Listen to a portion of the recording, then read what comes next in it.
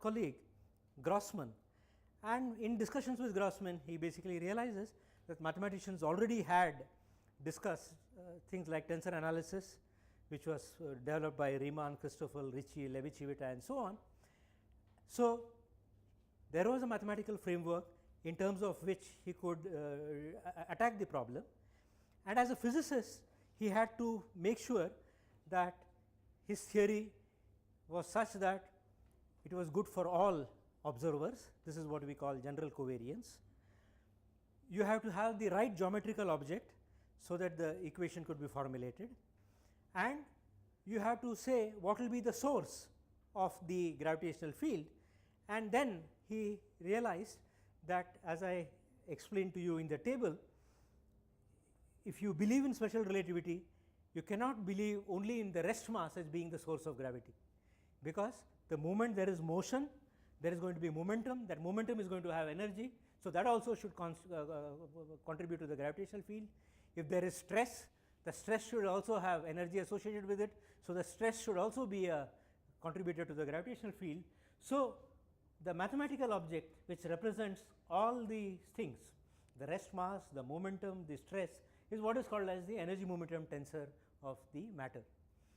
So, Einstein realized that if his friend Grossman could tell him the geometrical object, he could relate it to the physics which he knew, which was the energy momentum tensor, and putting them together he would have the field equation of general theory of relativity. So, this is basically the so in 1920, when he was asked what was the most important scientific ideas which he had, he basically said that in 1907 I had the basic idea for the general theory of relativity, and this I explained to you, it is the equivalence principle. In 1912 he recognized that the non-Euclidean nature of the metric and its physical determination by gravitation, that insight he had, and therefore, this translated to saying that the mathematical representation of the gravitational field is by a symmetric second rank tensor field, which enters the line element of the space time, and this metric of space time has to be sort of more general. And the last thing, of course, as we come to, is the field equation of gravitation, and this basically had an important consequence which I will come about. So, the important point is that you can see that 1907, 1912 and then finally 1915 is when he had these field equations. So, it was a long journey, and as I said, the mathematics is not very easy to talk about. So, what I would end my talk with is by explaining the interesting consequences which came from that particular theory.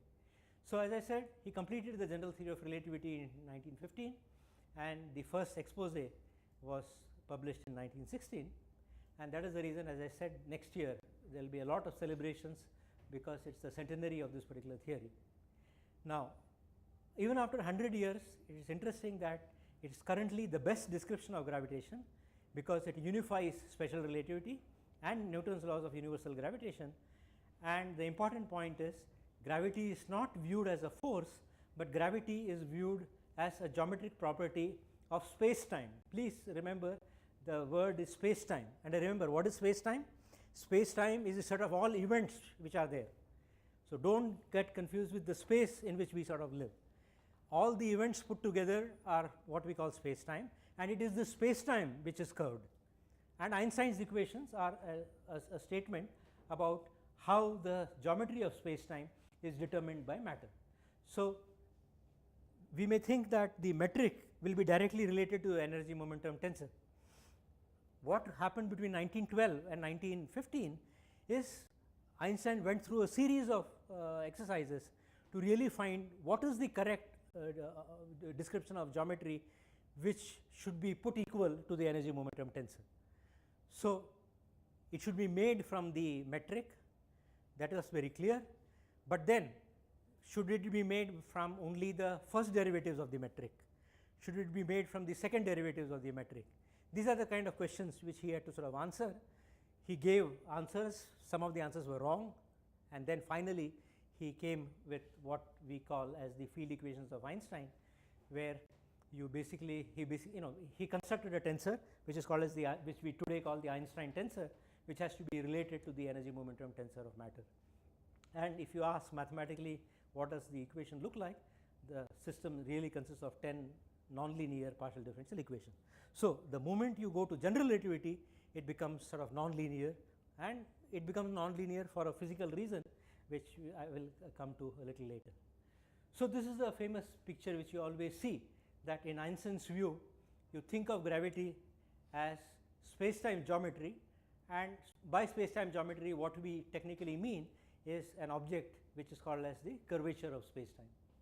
So, in this picture, as I said, do not take this picture too literally. In this particular picture, what is supposed to be conveyed is that Minkowski space-time is supposed to be a flat sheet, but the moment there is matter, the sheet will tend to curve. Instead of saying that the sheet, instead of saying that the sheet is, this object is creating the gravitational field or some force field, what we say is that if I want to describe the motion of a particle on this membrane, I just have to take into account the fact that this membrane is not flat but curved. I do not have to worry about the fact that this curvature really came because of this particular object. So, do not take this, as I said, this is a useful picture, but it should not be taken literally because of the fact which I told you, that this is a statement about space time and not about physical space. I want to end this statement about, because we discussed these tidal fields, and then you may ask this particular question, right. You are telling us that the gravity and the acceleration are the same. So, why should we learn about gravity at all? Because I can always do away with gravity by going to an accelerated frame and just use my Minkowski physics. So, is it really true that gravitation has no existence at all? You have to be a little careful, because as I told you, you can only do away with gravitation in a small region. You cannot globally do away with gravitation, and that is what is explained here. We have this earth and I have these two particles, and these two particles are falling towards the center of the earth. Now, if the field was uniform, this separation between them would be the same, because both will fall uniformly. But the field is not uniform, it is a 1 by r square thing. So, the force on this will be more than the force on this. So, obviously, this will fall more than this. So, this separation will change. Now, why is this separation changing? Precisely because the gravitational field is not uniform, but it is varying. So, it is this tidal nature of gravity which is changing this particular separation. You could also put these two particles horizontally. Again, if the field is uniform, they will fall parallelly, but it is not a uniform field, they are both falling towards the center of the earth. So, if I measure the separation now and I measure the separation after some time, this separation again would have changed. Why is the separation changing? Because the gravitational field is not uniform, but it is varying, right. So, essentially what is causing this change in separation is the tidal field. So, what you have to keep in mind is that tidal gravitational field cannot be transformed away, and hence they represent the physical effects of gravitational field. Now, it turns out when you do the mathematics, the tidal gravitational fields are related to what is called as the Riemann tensor of the space. So, Einstein's equations basically therefore cannot work with the metric, it has to look at the physical effects which cannot be transformed away by doing transformations. So, it has to look at the tidal forces, and when you do the mathematics, it turns out that the tidal change or the tidal separation change is directly related to what is called as the Riemann tensor of this particular space time. Now, what is the Riemann tensor made up of? Is it made up of the metric? Is it made of the first derivatives of the metric? Is it made of the second derivatives of the metric? The answer is that it is made from the second derivatives of the metric.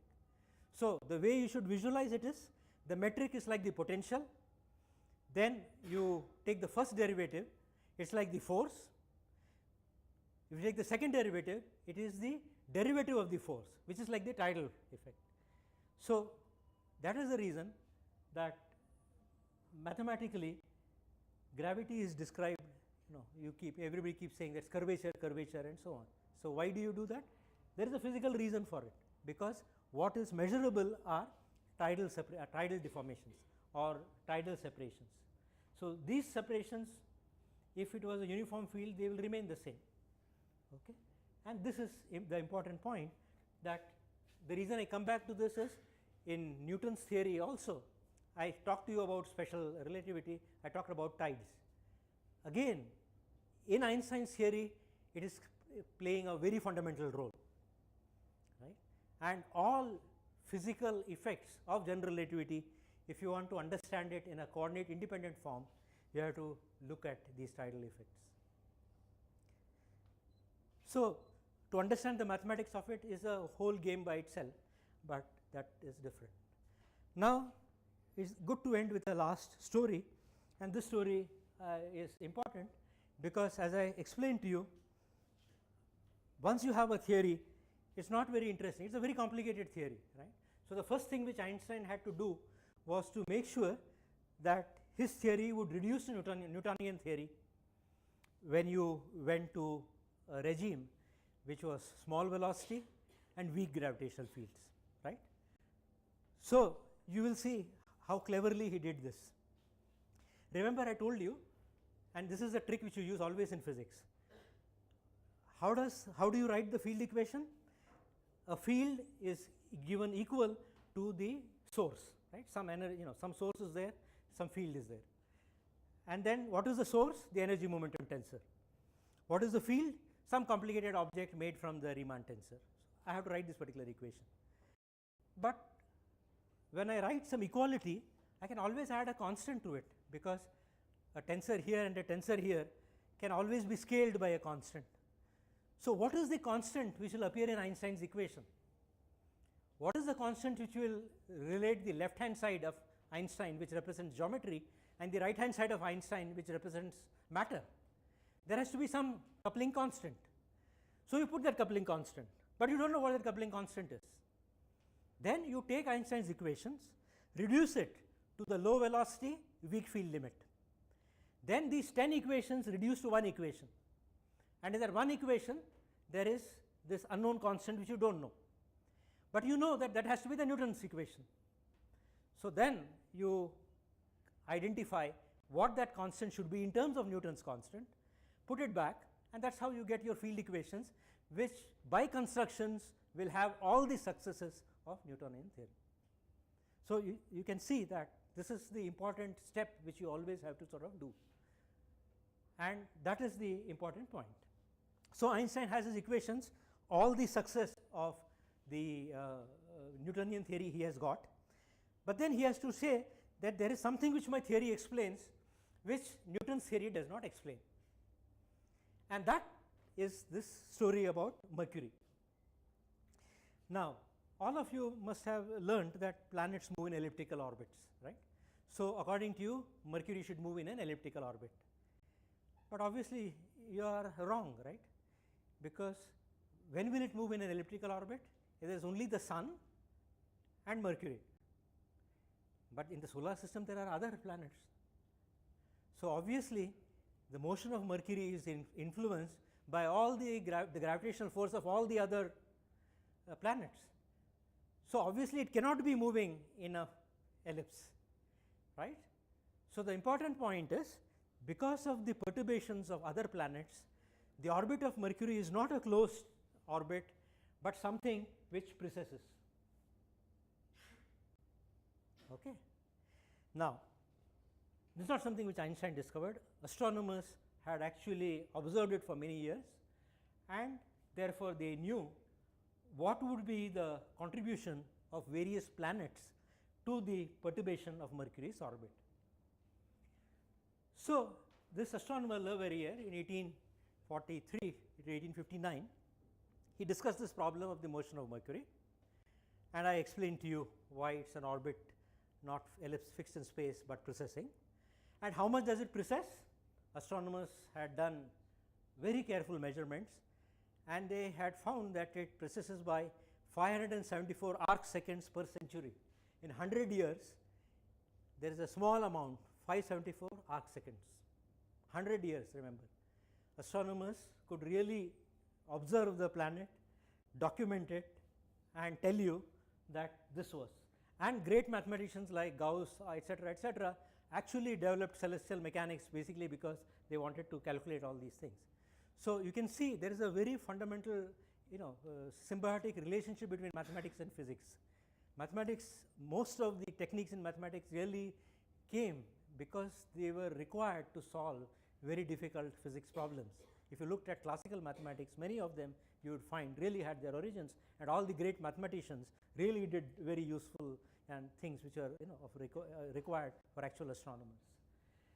Then you do go to the theoretician, and then he will calculate for you how much Venus will contribute, how much Jupiter will calculate. So people like, as I said, Gauss, etc., really calculated these things, and they came up. If you add the whole things, it comes out to be 531 seconds of arc. So in 1 century, there is 43 seconds of arc which is missing, and the people were willing to bet their lives that they have not made any mistakes either in the observation or in their calculation. And therefore, at that particular point, people said that maybe there is a planet even below Mercury which we don't see, because of which this extra 43 seconds of arc would happen. So this is a story, an exciting story about the precession of Mercury. And then Einstein comes along, takes his theory, and remember I told you that in his theory you will reproduce Newton's law, but then beyond Newton's law there will be corrections, because his theory is an improvement on Newton's theory. And when you learn special relativity, you always learn that how do corrections appear to the laws of mechanics. There are corrections of order v square by c square, v4 by c4, higher order corrections, and so on. So when you take Einstein's theory of general relativity and ask, is Newton's inverse square law the correct answer, or are there corrections to the inverse square law? You find that there are corrections to the inverse square law, and those corrections exactly reproduce this 43 seconds of arc. So this is something which Einstein, when he wrote his particular paper, could show, and obviously therefore you can see that it's not that he started to explain this 43 seconds of arc. He came up with a particular theory. So coming back to the whole thing, you made a lot of assumptions in between, but at the end of the day you make a prediction which can be verified by experiment, and that is not a trivial thing. In 100 years there is 43 seconds of arc, which is the correction coming from general theory of relativity, and that is really the punchline. It's a coincidence that this problem was existing and he could. Yeah, exactly. So that is what I am saying, that this is nature, right? In nature there are various kind of things, and if your theory is not up to it, then everything will not be explained. Now the last thing I want to end the talk with is, you may say, okay, this general relativity is there and so on. Does it have any practical application to my life at all, right? And the best example as far as I can tell you is this notion of what is called as a global positioning system, or the GPS, because it works only because you have to take into account everything which Einstein's relativity, that is both special relativity and general relativity, does. And it is something which, as you know, really, this theory is supposed to be very, very abstract. This example is very high precision technology. So what is this GPS? It's really an American navigation system. You have 24 satellites which are going around the earth. They carry very accurate clocks, atomic clocks, using precise time transfer to provide absolute position on the earth to 15 meters, and relative position to the level of centimeters, and time transfer to the level of 50 nanoseconds. And what it relies on is stable clocks which are synchronized and running at well calibrated rates. So you have these satellites going around. So obviously they are moving at very high velocities. So if you look at a clock there and a clock which is stationary on the earth, you have to take into account special relativistic effects. The satellite is somewhere in the gravitational field there, the gravitational field on the earth is very different. So, there has to be also corrections for the general relativistic effects. So, if you take a GPS satellite clock and a ground clock, the time dilation effects is of the order of 7,000 nanoseconds and the gravitational time difference is of the order of 46,000 nanoseconds. So, unless you correct for these effects, these two clocks, even if you synchronize it at one particular instant of time, immediately they will go out of sync because of the fact that this corrects. So, when you program in the software these two clocks, you basically have to take into account these corrections, and unless you correct it, you would never have a GPS which will sort of work. So, every time somebody uses a GPS, you basically are beholden to special relativity and general theory of relativity. So, it is something which affects our lives. So, as you can see, it is a very interesting thing. Anybody who has read things on special relativity, you sort of realize, you will always wonder, right, why do you worry about synchronizing clocks and so on, right. So, the important point is, again, synchronizing clocks is not just a thought experiment. Just imagine in those particular times you had a railroad going from say Paris to somewhere in Germany, and somebody had a clock which is synchronized only in Germany and another clock synchronized only in Paris, and two trains take the track and head towards each other. Obviously, there will be disasters. So, you really had to synchronize clocks at different places. This was a physical, a technological requirement. Similarly, if you want to make accurate maps, or if you want to navigate on the sea, you can only do that if you have very accurate clocks, because what landmarks do you have?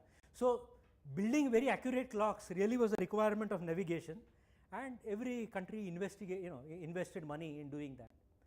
Today it is even more, right. Just imagine our mission to Mars. Just imagine that if we do not have time transfer very accurately, do you really think we will be able to reach Mars? So, any navigation based on this, right, because we have higher speeds today, we deal with spacecraft, we deal with aeroplanes, all those things really require a good thing. So, you can see that you began with time transfer for railroads, you wanted to have ways so that maps could be made for survivors, and all this led to abstract thought experiments which Einstein did to create the special theory of relativity. But now, having done that, we are going back to using that to create even more accurate clocks, even more accurate position determination and so on, and therefore, it really feeds in to our technology when we look at technology for aviation and for space travel. So, it is not something which is only of abstract interest. We really need, every country will need its GPS. For example, America has its GPS, the Europeans are now trying to build their own GPS, and as some of you know, India is trying to build their own GPS, because nobody would give you the final accuracy which you really require, they will only give you a rough accuracy. If you really want the accuracy required for high level technology, you really will have to do it yourself, and you would not be able to do that unless you understood the special theory of relativity and the general theory of relativity very well. So, let us just end with how does the situation change between gravity and electromagnetism if we go beyond Newtonian gravity. So, now we have Maxwell's equations, on the here we have Einstein's equations. Here, as you know, the equation of motion are given by Lorentz equation. It turns out Einstein's equations are remarkable because they are a nonlinear system of equations. The field equations contain also the equation of motion. So, that is some amazing thing about the general theory of relativity. This is invariant under special relativity. Now, we are much better off because we are invariant under special relativity in the local inertial frame. What does this mean? As I told you, you can always go to a frame where locally you can do away with the gravitational field. So, obviously, you are like in Minkowski space-time. So, therefore, you will have invariance there. But obviously, globally you can't transform away the gravitational field. So, you cannot have global invariance under special relativity. What are the sources? As I told you, there are the charges and currents, and here also now it has mass, motion and stresses. So, we say it is the energy momentum tensor. So, now we are in a situation where there will be static gravitational fields and also dynamic gravitational fields. So, here we have a Coulomb field, here there are exact solutions of Einstein's equations which are called Schwarzschild solution, they are the analog of the Coulomb field. Here we have the electric field, here we have the analog of that which we call the gravielectric field, but the interesting thing is magnetism. You have, as I said, a moving charge creates magnetic field. If I have a body here and this body is moving, according to Einstein's theory, there will be a contribution to the gravitational field because of the motion. If this body is rotating, there will be a contribution to the gravitational field because of the rotation, and that is what is called as gravimagnetism. And then there are other things. I have to answer some question about propagation which you asked. So, just as in Einstein's in Maxwell's equations, we know that if you have the notion of electromagnetic waves, it turns out that in general relativity also you have exactly a similar situation.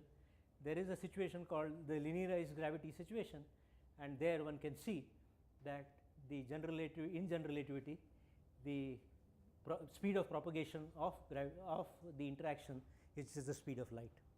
So, it is a very surprising thing, just as electromagnetic waves propagate at the speed of light, the gravitational interaction in general theory of relativity propagates at the speed of light.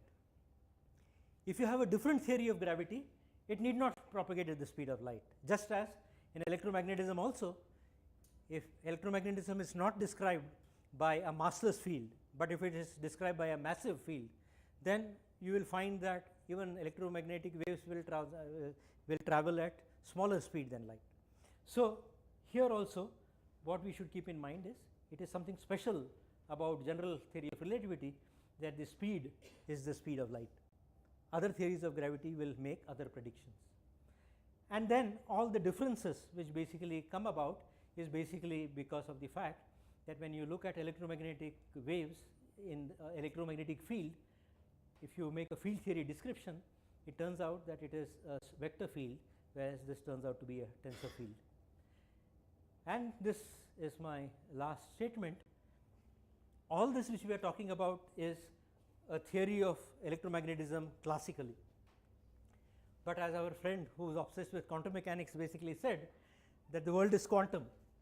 So, there was another revolution which we have not touched, right, the quantum revolution, which said that classical mechanics needs to be modified not only because of moving at high speeds, quantum mechanics also needs to be modified if you go to very small scales. So, that is a totally independent revolution, but the nice thing which happened in the case of electromagnetism is we can put together the quantum revolution and the special relativity revolution and come up with a quantum theory of the gravitational electromagnetic field, which is called QED, quantum electrodynamics. And all our understanding of atoms, molecules, electromagnetic fields and so on really comes from this theory, which takes into account the fact that at the basic level all interactions are quantum and not classical. Unfortunately, we cannot put together the quantum theory and general relativity. So, even after some 50-60 years of hard work by very brilliant people, today we do not have a quantum theory of gravity. So, I really cannot tell you if I have a small system, an atomic system, what will be its gravitational force. I cannot tell you that Einstein's theory will give you the correct answer. I know the answer will be wrong because there will be quantum effects coming and they will create corrections to my gravitational field. So, I know I do not know, but the important point is this is one of the frontiers of research, that even today we do not have a quantum theory of gravity.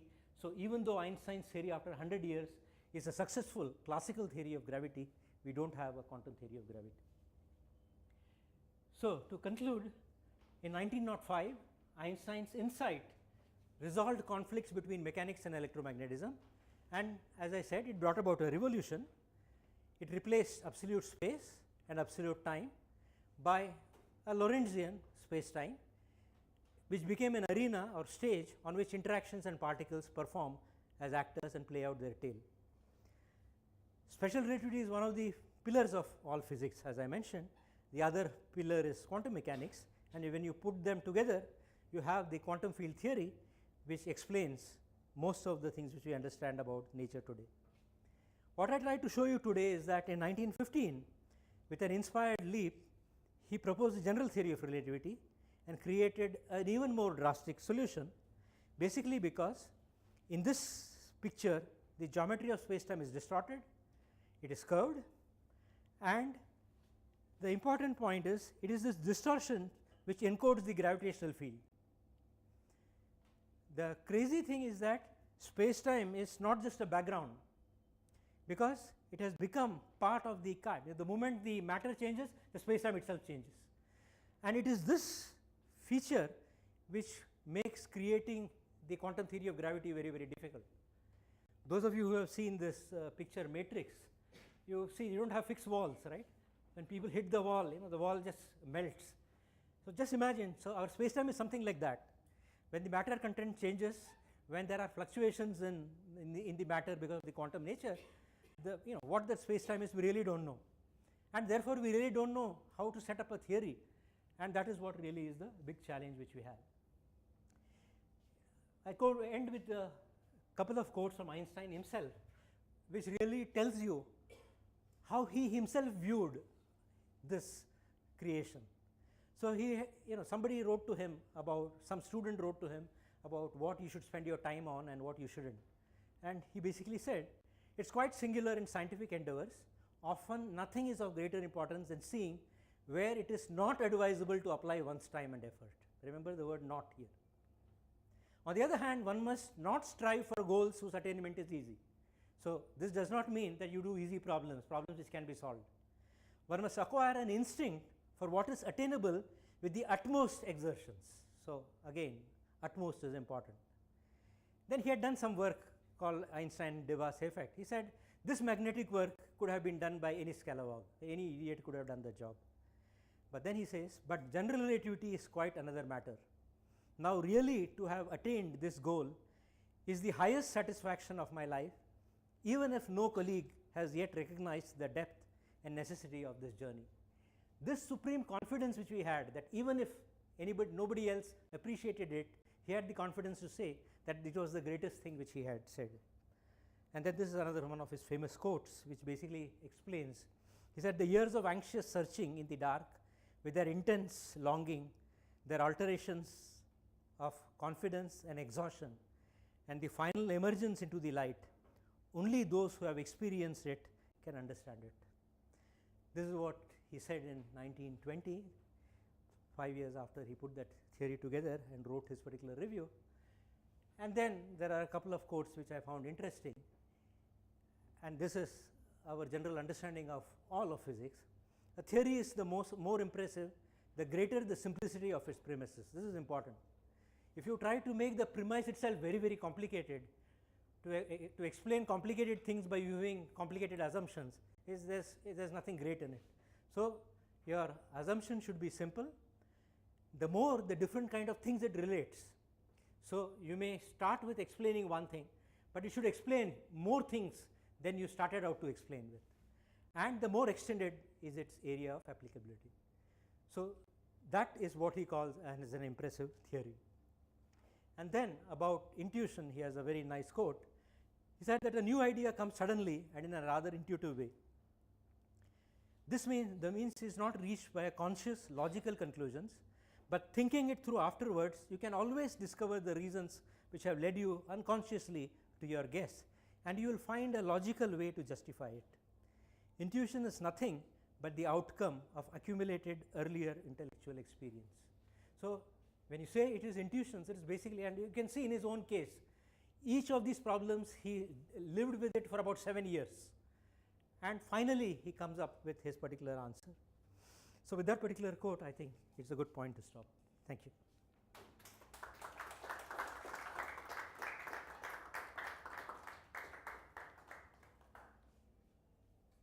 So as I said in the last part, I could not be more detailed about the technical part, but if there are any questions which I can clarify, I can go ahead. Yeah. The 11th grade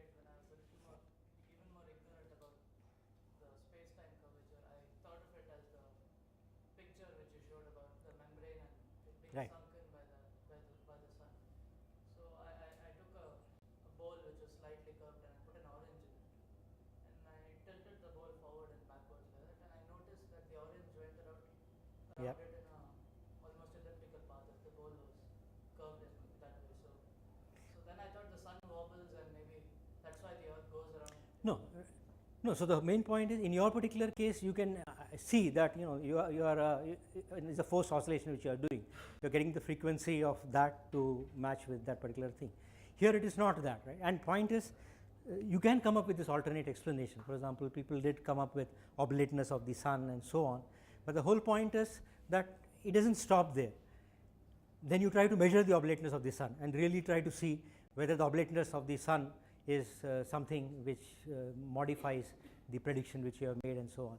And then starting with Mercury, now there are other systems which you observe where you apply the general theory of relativity. The system is more relativistic, and then every time you get a consistent picture. So as I said, it's 100 years since he predicted it, and there are situations where you can apply this particular theory and then check whether what this theory is predicting is what is right or not, and you try to push that to the level.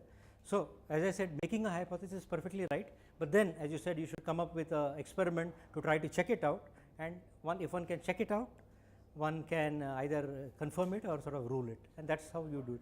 That sun wobbles or it has a No, so as I said, there would be, so the way you will have to proceed it is, okay, if there is an observation which gives the wobble, then you have to estimate, because of the wobble, how the gravitation, as I said, it will be something like the gravimagnetic effect associated with that. You can try to calculate that. Typically, the magnetic effects always are much smaller than the static effects by factors of c or c square. So when you try to really do this particular calculation, the order of magnitude of what you calculate has to be matched with whatever it is. But the way you are, the question you pose is perfectly right. So first you come up with a qualitative guess, and then the important step is to make a quantitative estimate, and then try to see whether the quantitative estimate can be checked out in any particular experiment, either directly or indirectly.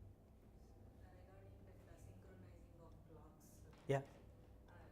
Actually, my sir was also worried about that. How regarding that photon, if that entire angle meant something very serious. If the polarization or something flips and the other position was it. So he was worried about how the clocks will be synchronized. How they really do that. He didn't even find it in that journal paper also. So No, so the synchronization procedure, of course, in general relativity is sort of more complicated, but the synchronization procedure is by, actually what you do in special relativity. You keep the, you take the clocks, make sure they are sort of identical, move them, do the thing. So the clocks are already supposed to have been done, and then they just moved there, and then you are not, and you don't, and you assume, for example, that when you are moving them, your effects of acceleration are not going to damage it, and so on. So the whole point is, as I said, this is just a higher sophistication of what Galileo was basically telling you, that the actual situation is very crude, but from that crude situation you have to go to an idealized situation by trying to minimize all the other effects and then still make the measurement. Now if you come to a particular situation where you cannot make sure that your idealization procedure and the error of the accuracy with which you want to measure things, they don't match, then obviously your experiment is, but modern experiments really take into account all these things. They try to estimate, the systematic effects, the statistical effects, and so on. So it is, it is not something, conceptually it is difficult to do, but it's not something which cannot be done, and every sophisticated experimenter has ways of dealing with it, and that's what we believe in. And if something, and there are cases where if you don't do this properly, for example, you must have heard, right, people had discovered neutrinos travel at speeds greater than that of light, and then later on they found there was a mistake. So it's not that people don't make mistakes, but then the important point about our own community is we never think we are absolute, and we have to be checked out. And if somebody does not allow his results to be checked out, we never believe in it, right? You should be objectively ready to be checked out by every other. You should be able to show your readings to the other person. The other person should be able to repeat your experiment. If he doesn't repeat your experiment and another person also cannot repeat your experiment, then your experiment is not believed. So there is a kind of kind of what you call a culture by which we do these things, and if we are dishonest, which happens once in a while, then we do get spectacular results which after some time go away. We are all human beings, right? So, but the whole point is, overall we try to be honest, and it is maintaining this honesty which is very, very important for this particular subject. And every scientist who does an experiment, his integrity is what you really finally go by, because at the end of the day, after taking into account everything, he would have some experience by which he said, but I think that at the end of the day you can still go ahead and swear by this particular result. Right? For example, the bicep result, which you must be hearing about, there is a big controversy whether we have really seen the primordial gravitational waves or not, right? Because how much is contaminated by dust, how much is not contaminated. But in the next few months, other experiments will verify it, and we will see something which is exciting. So the whole point is building that integrity, having faith that our procedure can distinguish between right and wrong is very, very, very important part of our culture, which is not there in most of the social interactions, right, where we give in to hierarchy, we give in to pressure and so on. Here the only thing is your quest for truth, and we have to stick by that. I think that is the most important thing when you are dealing with very complicated physical issues. Yeah. Sir, in general relativity, gravity is viewed as a geometric property of space-time rather than a force. Correct. So, is it possible to analyze the other three forces using only the properties of space-time rather than the interactions? Yeah. So this is, Einstein himself wanted to do this, we call the unification thing which he did, but it never happened. So he tried to put together electromagnetism and so on. So many ideas are there. For example, there is something called the Kaluza-Klein theory, where you, instead of having 4 dimensions, you assumed the space was 5-dimensional, space-time was 5-dimensional, and tried to build an electromagnetism. Then, in particle physics, people tried to build the grand unified theory of physics and so on. So people have tried to do various things, but as of now, the only kind of geometrical unification is just the theory of general relativity as it is. There is a unification of another kind, the electroweak unification. So, but that is another kind of unification. It is not unification in the space-time kind of picture. So, there are these two ways of doing it. The other three forces don't really have a geometric explanation. At this particular point, no. But maybe, for example, as somebody for example, there is an approach to quantum gravity which comes by string theory. In that particular theory, there may be, all these things can come together. The gravitational force and the other interactions come out as consequences, low energy consequences of a fundamental theory where the basic objects are strings.